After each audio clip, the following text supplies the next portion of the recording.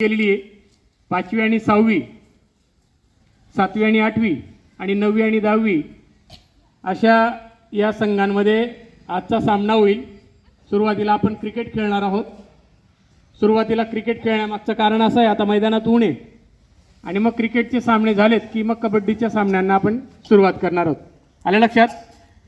आता या 8 षटकांच्या खेळामध्ये तुमचा चौकार धरला जाईल, षटकाराला आउट असाल। आलं लक्षात? म्हणजे तुम्हाला खेळताना एक गोष्ट लक्षात घ्यायची की मारताना कसं मारणार आहे, खालून मारायचंय। वरती मारला आणि तुमचा षटकार गेला म्हणजे आपल्या या बॉर्डर त्याच्यामध्ये जर आतमध्ये पडला तर तुम्हाला बाद दिलं जाईल। आलं लक्षात? आलं? तुम्हाला माहिती आपण कसं खेळत होतो।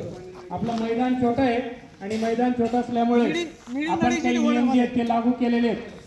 त्याच्यानंतर गोलंदाज जो आहे तो एका जागेवरून आपली गोलंदाजी करेल, पळून जाऊन त्याला रनअप घेऊन काही गोलंदाजी करायची नाही। आलं लक्षात? छानपैकी स्पिन करायचं आहे आणि 2 फलंदाज उतरतील।